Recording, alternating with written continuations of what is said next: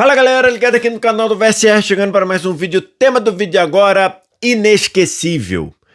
O dia que eu vivi como piloto de corrida. É o tema do vídeo de agora, depois da vinheta.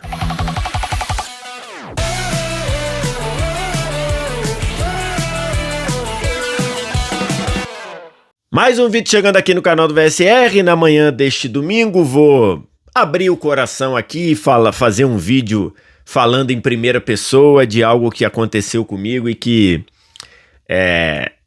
me emocionou demais e que mostrou pra mim como eu sou um cara que eu me sinto muito realizado, né? Primeiro porque eu consegui trabalhar e consegui viver do que eu sempre sonhei, que era trabalhar com esporte e ser um jornalista esportivo.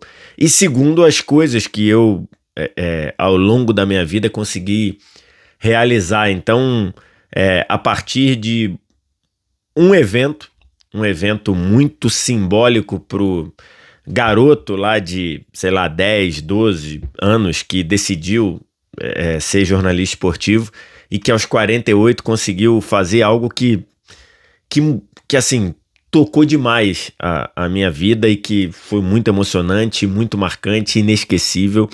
Então, esse vídeo aqui é um vídeo do Vitor Sérgio, de 48 anos, se encontrando com o garoto de 12, de 13, que um dia sonhou fazer isso e um dia sonhou fazer coisas desse nível. Antes da gente começar, já deixa o like, se inscreve no canal para complementar aqui. Tem o link no primeiro comentário para você baixar o app do Flash Score, que também tem cobertura de Fórmula 1, né? Uma cobertura de estatística, de dados muito legal de Fórmula 1. Então baixa o Flash Score aí no primeiro comentário, que a gente vai falar aqui da experiência que eu tive como, entre aspas, piloto de corrida, né? Tenho certeza que vai ter gente que vai achar esse vídeo bobo, esse vídeo uma besteira, mas não tem problema, né? Como eu digo aqui, qualquer um pode avaliar aqui meu trabalho, mas esse vídeo vai ser um vídeo que eu raramente faço aqui, né? De um vídeo falando em primeira pessoa, um vídeo falando sobre mim, né? Então, mas é uma coisa muito que eu acho que foi muito simbólico e foi muito marcante, que eu queria dividir aqui. Vocês devem estar acompanhando lá no YouTube do Dissola, né? Aqui, o YouTube vizinho lá do projeto do Dissola, que é um canal mais voltado para o humor, mais voltado para descontração, que a gente tem lá faz parte do projeto da TNT Esportes.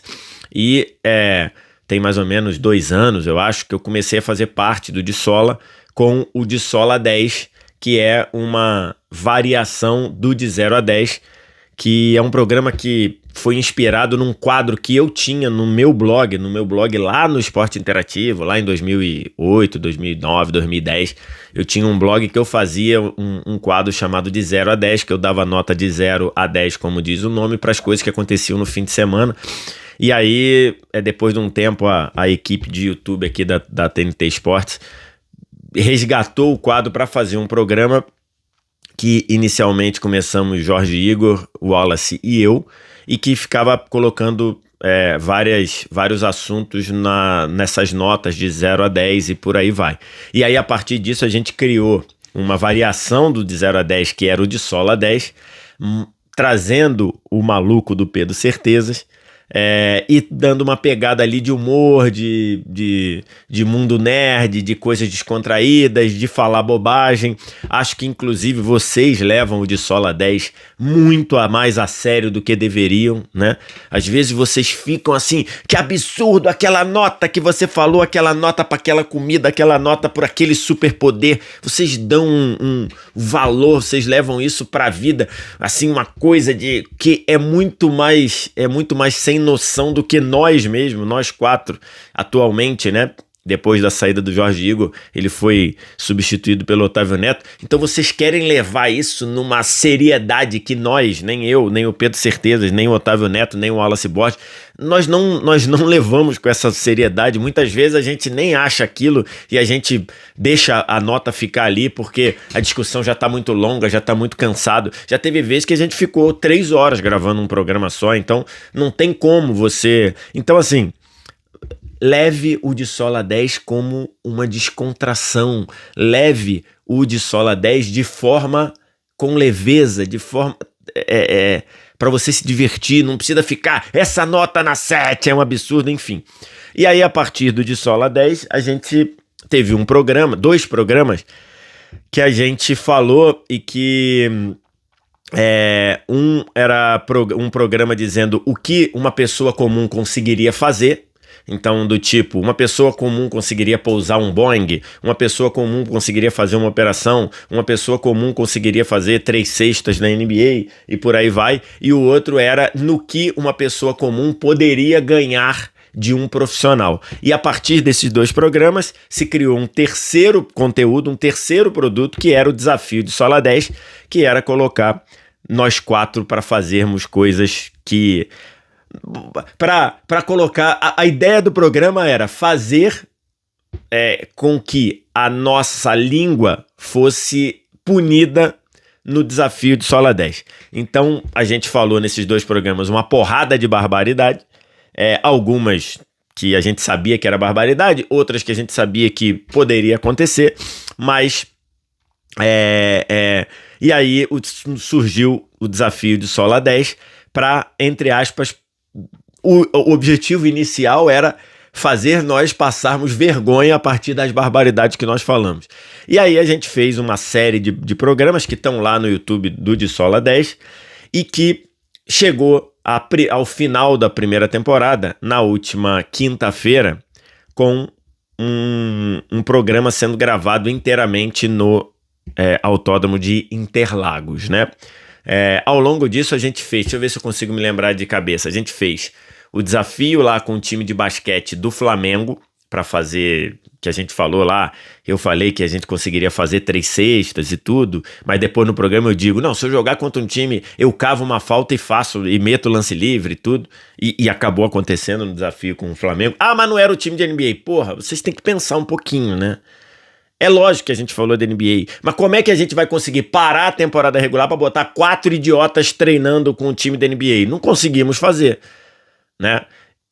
A gente conseguiu com o time do Flamengo, que aliás no momento que a gente fez, era o atual campeão sul-americano, o atual campeão da Libertadores do basquete. Então assim, a gente conseguiu. A gente, antes aqui, abrir um parêntese, queria citar aqui a produção executiva da TNT Esportes, que é um time fantástico. É um time... A produção executiva numa empresa, é quem faz as coisas acontecerem. E aí, cara, a produção executiva da TNT Esportes é espetacular. Luciana Estrela, Débora Felicíssimo, Natasha Pereira, o nosso Danilo. Então, assim, espetacular. Espetacular. Todos eles comandados por Júlia Vieira, e eles fizeram todos esse desafio acontecer.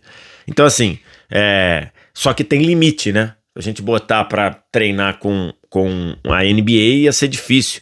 Esse mesmo do automobilismo, a gente fala, e eu defendi, que uma pessoa comum não tira um Fórmula 1 do boxe, nem tira o Fórmula 1 do boxe.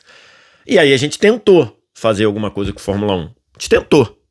Só que esbarra numa capacidade de produção. Até você consegue pilotar um Fórmula 1, mas aí você tem que ir lá para a Europa, um custo absurdo e tudo, então tem limite, né? Ou você ia ter que esperar a Fórmula 1 vir para cá em novembro, e aí no meio do GP você conseguir que uma equipe botasse 4 imbecis para dirigir o Fórmula 1. Então assim, né? Então pensa nisso um pouquinho, né? Quando eu dizer, mas vocês falaram Fórmula 1 e foram treinar com um carro de uma outra fórmula. Porra, irmão, pensa um pouquinho. Então a nossa... Deixa eu ver se eu consigo lembrar aqui. Teve o treino do basquete com o Flamengo, depois a gente teve de cortar o cabelo, que a gente foi num salão ali acho que na Zona Sul de São Paulo. Depois teve o desafio com o churrasqueiro, o nosso King, né? O nosso Barbecue King, porra, espetáculo. Depois a gente teve o desafio do chefe com o Mohinde, o Mohamed. Depois a gente teve... Rapaz... Depois a gente teve o desafio dos pênaltis lá com o Bertinato e com o Maceió, lá na Portuguesa. E aí teve o desafio de ser garçom.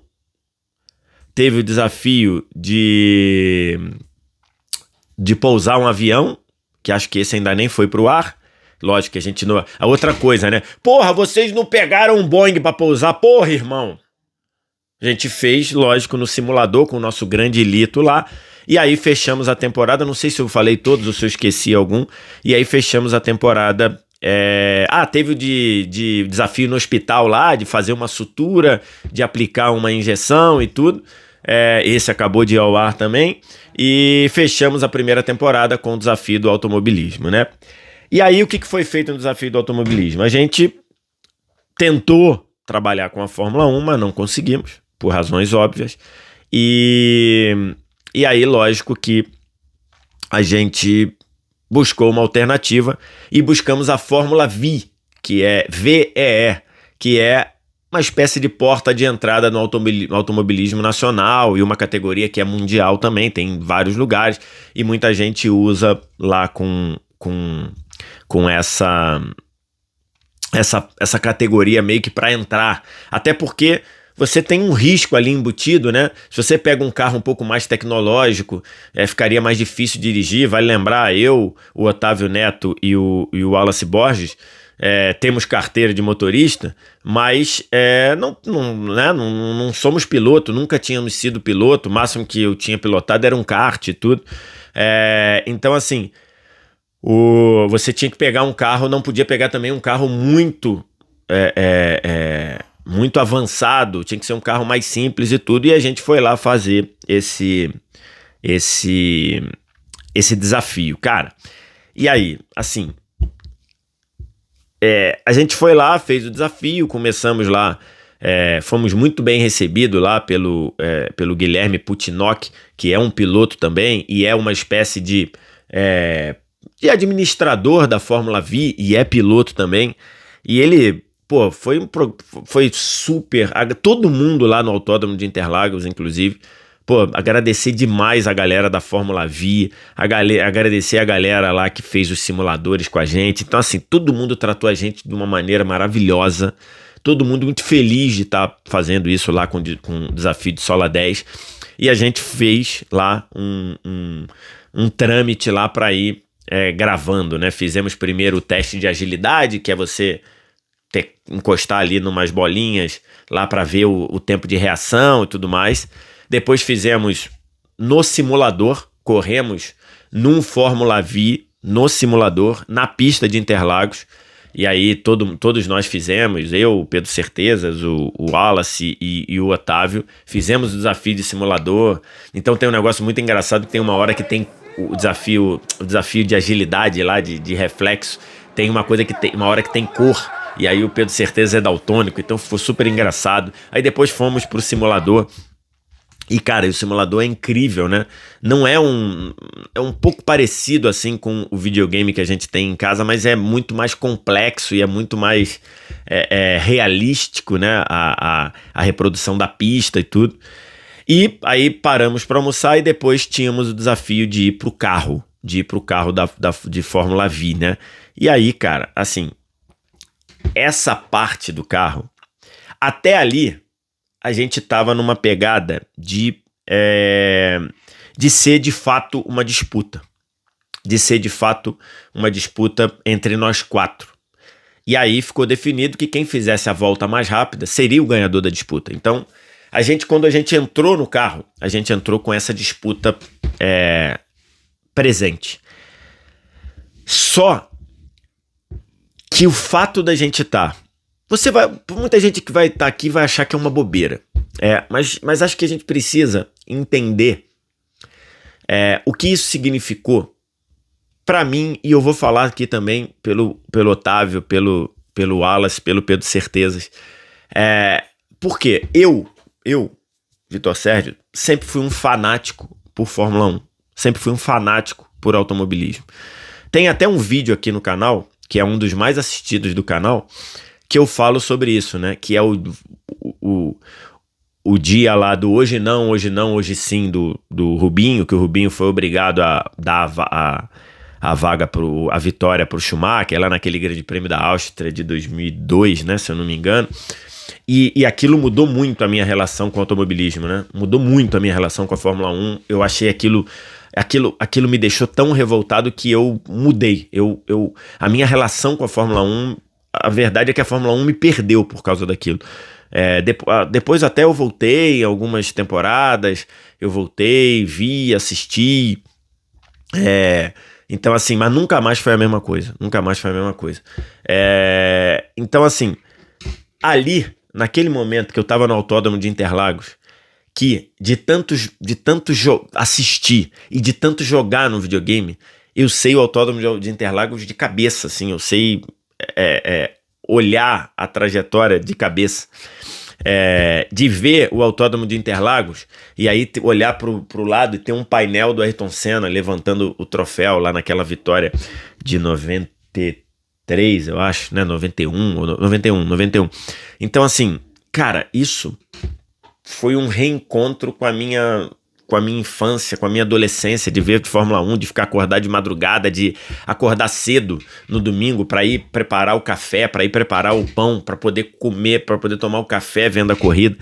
E ali, cara, assim, na hora que a gente botou o macacão específico de lá, porque tem todo o trabalho que é feito lá em Interlagos pensando na segurança é um troço inacreditável. Nós estávamos com esse macacão aqui.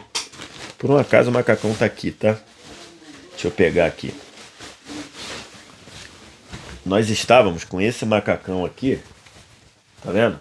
Que é o macacão com as cores do de Sola. E aí, logicamente, o cara falar, não, com esse macacão vocês não podem correr.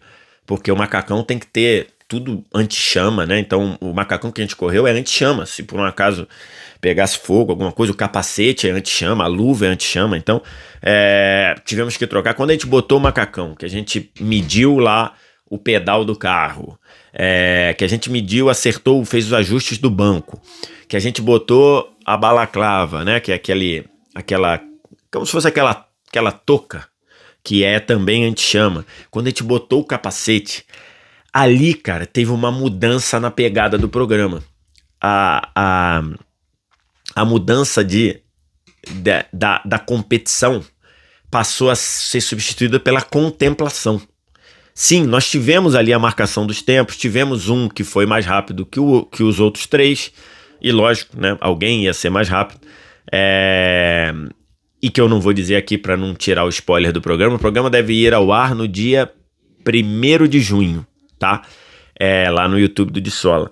Mas, cara, ali naquele momento, e foi uma coisa natural, a gente trocou o espírito de competição pelo espírito de contemplação. Porque ali eu me senti, eu falei, cara, eu não tô realizando o que tá acontecendo. Eu vou correr com um Fórmula dentro do Autódromo de Interlagos, na pista que o Senna correu, na pista que o Schumacher correu, que o Hamilton correu. Então assim, cara, aquilo pra mim virou um negócio assim, cara, que coisa, que negócio fora da realidade. Ali, naquele momento, virou um negócio mágico, cara, virou um negócio mágico, assim, de você ver, cara, como eu tô realizado aqui, como o Vitor Sérgio de 48 anos tá se encontrando com um menino de 12 anos, de 10 anos, que adorava a Fórmula 1, que era vidrado por Fórmula 1. Então, assim, cara, foi um negócio absurdo. Foi uma experiência absurda. Eu só tenho a agradecer a TNT Esportes, agradecer a galera que faz o De Sola, Agradecer a produção executiva por permitir isso. Agradecer o Guilherme Putinok, que, pô, nos recebeu muito bem. E aí entramos no carro e saímos. O que ficou combinado? Que a gente daria 3 voltas, sendo guiados, seguindo o Guilherme, né? Então ele foi na frente, saiu com o carro, aí depois nós saímos em sequência e ficou combinado que ali nós iríamos seguir apenas sem ultrapassar, sem nada. Então fizemos lá, demos 3 voltas e tudo, saímos do box, ok? O carro é um carro de 5 marchas. O Fórmula V é um carro de Fórmula, mas é um carro de 5 marchas, câmbio H, né, o câmbio normal que a gente tinha antigamente no carro, né, aqui primeira, segunda, terceira, quarta e quinta. O carro já sai de segunda, o carro não usa primeira e basicamente você tinha, você poderia, pela capacidade de motor de retomada do carro, você só usa a segunda para sair do lugar. E depois você só fica em terceira e quarta. Inclusive, o Guilherme orientou que a gente não botasse a quinta. Lógico que eu botei, né? Lógico que eu joguei a quinta. Mas daria para você fazer o circuito apenas com terceira e quarta. E aí fizemos assim. Guilherme saiu, depois nós saímos atrás dele e demos 3 voltas seguindo o Guilherme e sem ultrapassar, né? E ali, cara, já era um troço maluco, já era um troço absurdo. De você descer o S do Senna, cara, fazendo o contorno, né? E aí o circuito de Interlagos, por isso que tanto piloto fala, cara, é muito gostoso, porque ele tem subida, ele tem descida. Então, assim, tem curva de alta, tem curva de baixa.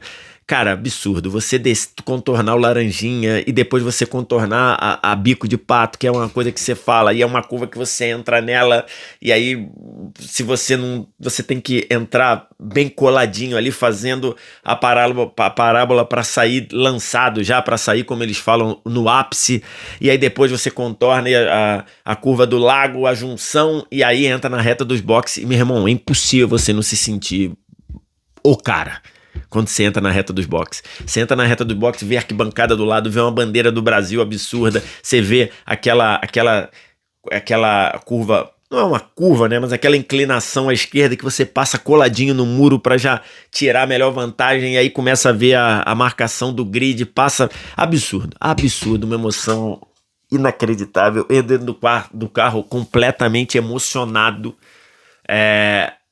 olhos cheios de lágrimas. O Otávio chorou, o Wallace chorou, então assim, cara, é absurdo. E aí fizemos essas 3 voltas com o combinado de seguir o Guilherme, que era o nosso instrutor, seguir não ultrapassar, e voltamos pro box. Aí quando voltou pro box, aí sim, estava ali que a gente estava combinado que nós daríamos 5 voltas, que nós daríamos 5 voltas sem contar a volta de saída do box, e aí faríamos a tomada de tempo. E aí, cara, aí foi absurdo, porque sair do box ali, já quando você sai do box, você já sai lá na reta oposta, né? Na primeira vez você não passa pelo S do Senna, quando você sai do box, já sai lá na reta oposta, então você fez ali uma curva de retomada, entendendo um pouco o carro, já entendendo mais como funcionava, como eu poderia fazer uma tangência aqui e outra ali. Do simulador para o carro real tem uma diferença muito grande, e o simulador é até mais difícil, porque o simulador sai mais de traseira, o carro na vida real tem mais aderência. E aí fui achando, e aí, cara, na hora que eu competi, na hora que tava pra valer, eu fui, assim, fui incrível. O meu tempo no simulador, o meu melhor tempo no simulador tinha sido 2:24:6. E aí, já na minha primeira volta, eu fiz 2:30 e alguma coisa. Na segunda, eu fiz 2:24 e alguma coisa. 2:24, não, primeiro eu fiz 2:30 alto, depois eu fiz 2:26:2, eu acho. Aí depois eu fiz 2:24 e alguma coisa. E aí, mano, pegando assim o ritmo, entendendo, dirigindo serinho, me sentindo, já fazendo ali as tangências, fazendo o S do Senna, tentando traçar uma linha reta ali no S do Senna para já sair lançado para a reta oposta. Absurdo. Jogando a quinta marcha, que o instrutor tinha dito que era melhor não fazer, jogando a quinta marcha, meu carro chegou a 170 por hora, né? Na reta dos boxes lá. 170, o limite do carro ali era mais ou menos 190. E aí fui só baixando o meu tempo. Primeira volta 2,30, segunda volta 2,26, terceira volta 2,24, quarta volta 2,20, ou seja, eu já estava baixando o tempo que eu tinha feito no simulador, e a quinta volta foi meu tempo ápice, e ali eu acho que assim, eu estava muito seguro do que eu estava fazendo ali. Minha volta foi 2,19,1. Naquele dia, que era um dia de várias sessões de treinos para a galera que compete na Fórmula V, o melhor tempo do dia de um piloto foi 2,01,8, se eu não me engano, e eu fiz 2,19,1. Então, na prática, eu fiquei 18 segundos atrás de um piloto profissional, do melhor tempo do dia lá. Eu não vou dizer aqui quem ficou em primeiro, quem ficou em segundo e tudo, por dois motivos. O primeiro, porque eu não vou dar spoiler do programa, e segundo, porque, como eu falei que a competição deu lugar à contemplação, acho que o programa virou uma pegada ali de realização de sonho, né? Então, assim, quando a gente chegou, quando a gente terminou as 5 voltas, aí depois que eu fiz esse 2,19,1, eu falei assim, agora eu vou pra loucura, agora eu vou arriscar tudo, agora eu vou jogar no limite pra bater esse 2,19. Queria ver se eu fazia 2,16, 2,15. E aí, cara, assim, eu fiz um S do Senna perfeito. Quando entrei na reta oposta, joguei a quinta na reta oposta, fui e falei, cara, vou entrar na curva do lago, assim, no talo. E aí quando eu entrei, mano, eu entrei muito forte, o carro deu uma escapada de traseiro, eu segurei no braço pra não rodar, porque ia ficar feio, né? Tu rodar ali, ter que ou sair da pista, ou ter que alguém ir lá me rebocar, ia ficar feio. Segurei tudo ali e, caraca, saindo de traseiro, segurei, entrei depois da curva do lago lá pra sair no Laranjinha, e aí eu falei, pô, pronto, beleza, vou dar uma segurada. Ainda fui bem até na volta, depois dessa quase escapada, ainda fiz 2,24 a última volta, mas meu melhor tempo, 2,19,1. Conversando com os mecânicos lá, eles achavam que para quem nunca tinha pilotado, quem nunca tinha andado, eles achavam que 3 minutos era um tempo aceitável. E eu não só não fiz 3 minutos, como fiz 2,19, né? Já posso dizer que todo mundo que fez volta, fez a melhor volta bem abaixo de 3 minutos. Então, assim, no geral, cara, foi uma coisa espetacular. E aí, como eu digo que o programa mudou de uma competição para uma contemplação, quando eu voltei tão atônito com o que estava acontecendo, que eu fiquei parado assim no carro, olhando. E as pessoas conversando e falando, e a equipe de filmagem perguntando, caramba, como que você se sentiu? Eu falando, cara, isso aqui é inacreditável e tudo. E aí depois estava o Wallace a mesma coisa, o Otávio a mesma coisa. O Certezas entendeu essa pegada de como o programa estava mudando de uma competição para uma contemplação. Então, cara, foi assim, foi absurdo, foi espetacular. Foi o dia que eu me senti um piloto de corrida. Vou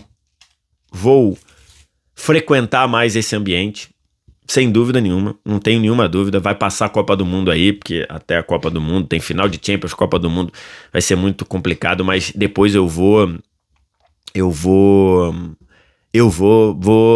correr. Eu vou correr, vou praticar. Você pode fazer isso, você pode fazer um curso, até de Fórmula V mesmo, você pode... Tem um curso lá que é em Piracicaba, tem curso em Interlagos também, você paga ali mais ou menos R$2.000 por sessão, por hora de sessão, e você já tem o carro, pode competir. Então assim, foi um negócio fantástico. Não tô dizendo aqui que vou ser piloto de corrida, mas eu vou, essa experiência, essa adrenalina eu vou viver. Depois fiz a telemetria, né, que é um especialista olhar e falar, ó, aqui ele pega a tua volta e compara com a melhor volta do dia. Essa que eu falei que foi 2:01 e a minha foi 2:18, 2:19. E aí ele diz, ó, olha a diferença aqui. O piloto, e é natural que seja assim, o piloto mesmo, ele tá com aceleração máxima mais tempo que você. Por quê? Porque o piloto já sabe onde vai rodar ou não vai rodar. Então eu demorava para retomar porque eu tava achando que o carro ainda tava numa situação de escapar. Então ele diz, ó, as curvas dele, ele ataca as curvas, ele freia mais tarde e freia mais de forma mais efetiva. É como se eu, que não sou piloto, fosse freando aos pouquinhos, e isso faz o carro perder velocidade. O piloto, ele vai até a curva, dá um pisadão absurdo no freio, a velocidade já cai lá de, sei lá, 130 para 80, ele já adiciona o carro na curva e já retoma mais rápido. Então, ele te explica tudo isso. Foi fantástico, foi uma experiência foda. Vocês vão ver quando for publicado a pegada, vai ser um programaço. E eu só tenho a agradecer. Agradecer a TNT Esportes, agradecer a equipe do Dissola, agradecer a produção executiva por me proporcionarem isso. Foi um encontro meu com um garoto de 12, 13 anos e que lá naquela época sonhava em ser jogador de futebol, depois sonhou ser jogador de basquete, depois sonhou e sim, em algum momento você sonhou em ser piloto de Fórmula 1 ou piloto de corrida, e eu consegui realizar isso um pouquinho nessa quinta-feira. Então, inesquecível, como eu falei aqui no vídeo, e fantástico, uma experiência maravilhosa. É isso, é um depoimento, abrir o coração aqui. Vai ter muita gente que vai achar que foi uma bobeira, mas foi a minha bobeira. E obrigado aí, quero que vocês deixem o que vocês acharam, o que vocês pensaram. Digam aí, compartilhem esse vídeo, porque eu imagino que esse vídeo não vai dar muito view, mas como eu digo, aqui no meu canal eu faço o que me faz feliz, eu não faço, nem deixo de fazer nenhum vídeo porque vai dar mais ou menos view. Eu faço porque são as coisas que eu acho bacana, eu acho legal e que o meu coração fala. Quero te ouvir, o que você acha? Diz aqui embaixo nos comentários pra gente trocar uma ideia. Obrigado aí pela audiência, um abraço. Tchau!